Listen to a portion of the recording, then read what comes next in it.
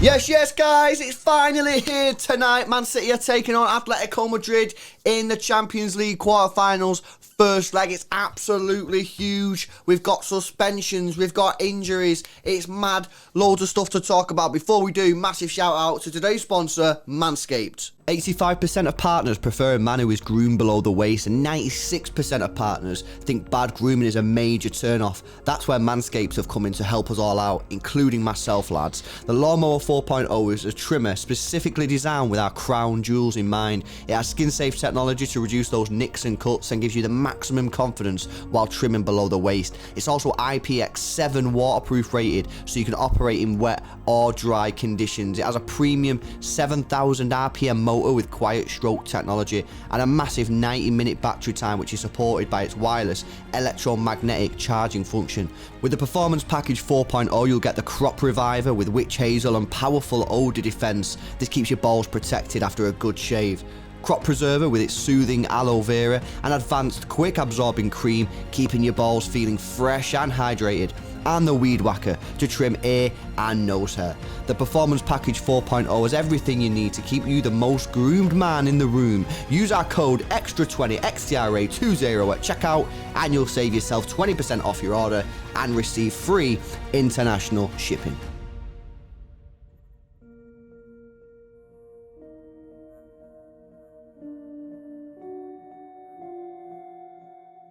Yes, shout out Manscaped. Go check them out. Link in the description and pin comment as well. Make sure you're using that code EXTRA20 to get your discounts and free shipping. Right, okay. It's here, bro. It's here. It's finally here, man. You know what I mean? I'm pretty nervous now, to be honest with you. I'm pretty nervous. It's time. It's time to mentally prepare yourself for tonight. An incredibly big game for Manchester City. One of the biggest games of the season against a difficult opponent, an opponent we've never faced before. Yeah. And someone who pretty much does the exact kind of football that we hate playing against, which is the football that everyone plays against us. Yeah. So, makes for an interesting tie. I'm interested to see the way that Pep goes with it, where he does an absolute madness and overthinks it. Or... I mean, we see a team like something that we'd go with, and I mean, you just gotta expect big things. You know what I mean, your players, you have to understand the severity of these kind of competitions, innit? They've all got to be gassed and ready for this. I want big energy from the players tonight. Big energy. Yeah, I mean, Pep Guardiola, obviously, Bernardo Silva did the press conference. We did a video on that yesterday. Go check that out if you've not done so already.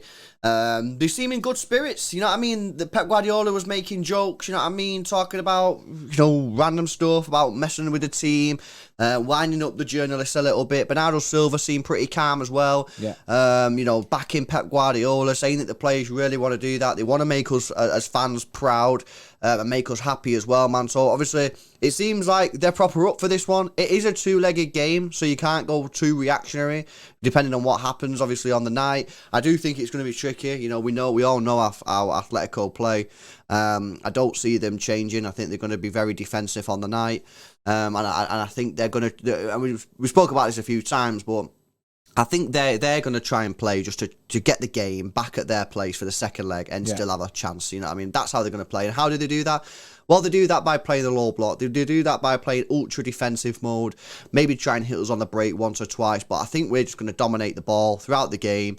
And it's up to us to try and create something. That's how I see the game going. Nah. I think if you'd come back to this after the match, I think you might actually see the game playing out exactly like that, and they will make it difficult for us. We have to take our chances, which is something that we're guilty of not doing quite often. Which is why, I mean, key players like Mahrez, like De Bruyne, players who you typically finish. I mean, if I kind of finishes in the team, I mean, you can even throw Raheem Sterling into that mix, as wild as that seems. I mean, because he's up there with our top goal scorers this season. Yeah.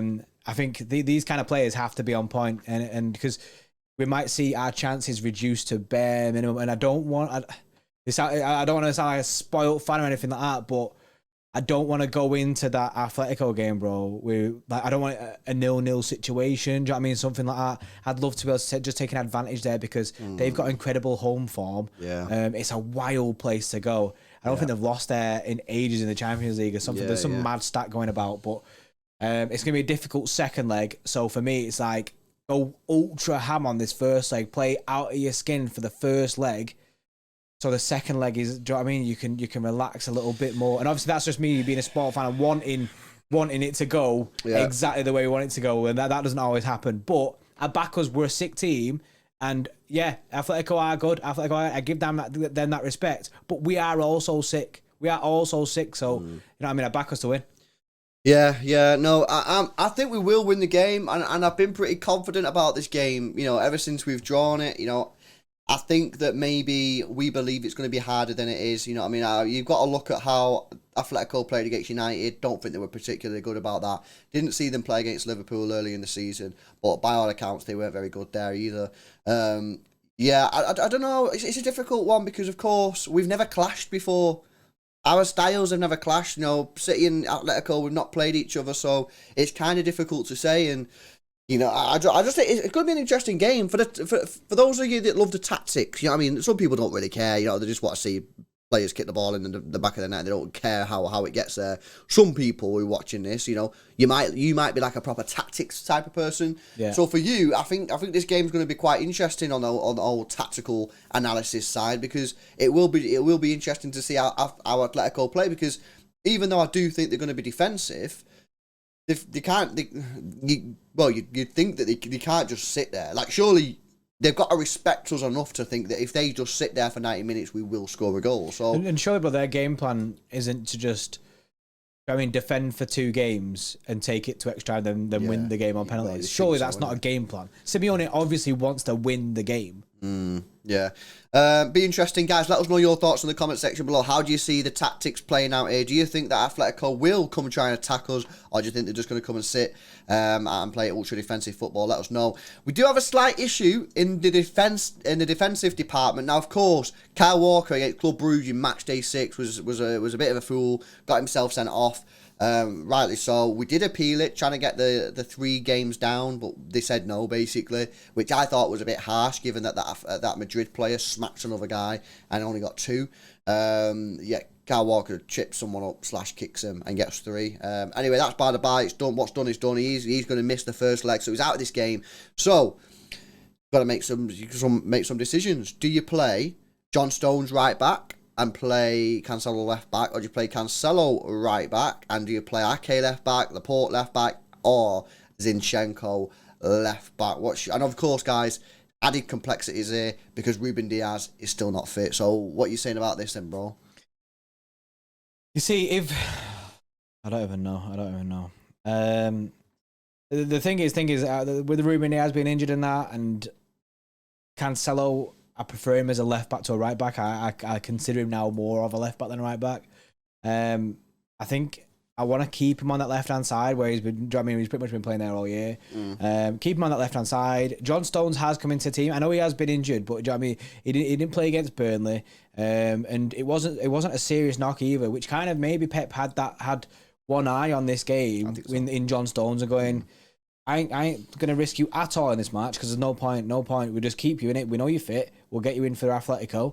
And I think he'll play right back. We've seen him play right back before and he's absolutely smashed it. And then I think when John Stones play right back and you got Cancelo as a left back, it enables you to, when you have the ball, we can drop into like a back 3. So you're committing, basically Cancelo can be committed a little bit more forward. And if Atletico do set up how we expect them to set up, to pretty much just sit back and defend and let us break them down, it gives us like an extra player who, Cancelo is a great attacking player. creative in that. It's another addition going forward. I think that's probably a really good way to set up. If he does that, I don't know, we could see Cancelo right back, but I think Stones right back, Cancelo left back is the way to go for this match. I think so. Obviously, Ake gonna have to play here, guys, because I just don't see Zinchenko playing this game. The guy's played no minutes all season. So I think Ake Laporte will play at centre back. And to be fair, do you know what I mean? Ake's been decent when he's come into the side. Yes, so I back him. You know, people need to chill on the hate on Ake. He's been absolutely fine.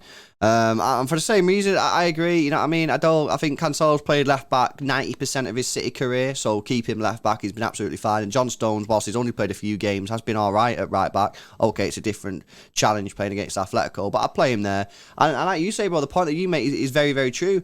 You know, we can then sort of sit back into a back three when we've got possession. Obviously, when we're out of possession, Cancelo can just drop back in. We go back into a 4. But when we've got the ball, you can sort of say to Cancelo, okay, you got a little bit of freedom there, and we can just sit there in a nice little 3. So that's how we go for it. Let us know your thoughts in the comment section below. We have to speak about the wingers as well, because we got so many wingers to pick from. Obviously, the guys up for selection, you got Mahrez, you got Sterling, you got Jesus, you got Foden, you got Grealish. Start the right-hand side. I don't think I've missed anyone there. Gabby. For me, I've started to question myself, right? For a long time, I've been like, Mahrez has to play Champions League. He has to play Champions League. But then, Sterling goes and drops that performance for England, and then plays pretty good against Burnley, and I'm like, does Mahrez have to play? Does he have to play? I've always said Mahrez has to play Champions League. I've always said that. He has to play Champions League. He has to. He's a Champions League player. He is Mr. Champions League for us. He's sick. But then I'm like, well, is he? I don't know. I'm starting to question myself now. I'm questioning my own beliefs, Bray. I don't know. Nah, you need to re-up in it. Re-up. I think Mahrez plays. I know right now, someone has just heard me say Mahrez plays, and there's someone already commenting below saying, why are you not playing Raheem Sterling? Why do you always hate Raheem Sterling and all stuff like this, innit? I know, innit? I see the comments all the time. But I don't know what it is. I just always pick Mahrez, innit? And Raheem Sterling did smash it. These 1-2s with Kev were absolutely sick. Yeah, they were meant. But I'm thinking we set up in that first half to break them down. If we can nab a goal, nab even 2 goals, something like that in that first half, they have to switch tactics. They have to then come out a little bit more, because they're gonna have to go. You know what I mean, they have to come at us. They'll want to get a goal, and then I think then second half you see Raheem Sterling come on, and then he can do them given goals and that, because there'll be more space for him to run in. Whereas if you start him, he's just gonna be hounded by defenders, in it. Whereas Mahrez, at least he can keep the ball, control the ball, and be patient with the passing and that. The way I see this is, right, say Atletico are super defensive, yeah? Mahrez gets the ball and can't do anything because there's 3 players around him, but then he doesn't lose the ball. He'll give the ball back to De Bruyne, right? Yeah. But then nothing's really happening because he can't do anything because there's so many players around him. But he keeps the ball. Sterling can get the ball, highly likely loses the ball, but for me, he's more likely to make something happen because he's probably going to try and speed past the player. An off chance of dusting someone. But then there's also more chance of him just losing possession. So it all depends what Pep wants. If Pep wants us to keep the ball and be a bit more slow and be a bit more controlled in possession of the football, I think he picks Mahrez. I think if he thinks, fuck it, just go for it, I think he picks Sterling. But I don't really know. I've decided I want Mahrez in the team because I'm sticking with my beliefs that Mahrez has to play Champions League, but I think this is going to test my theory on this one.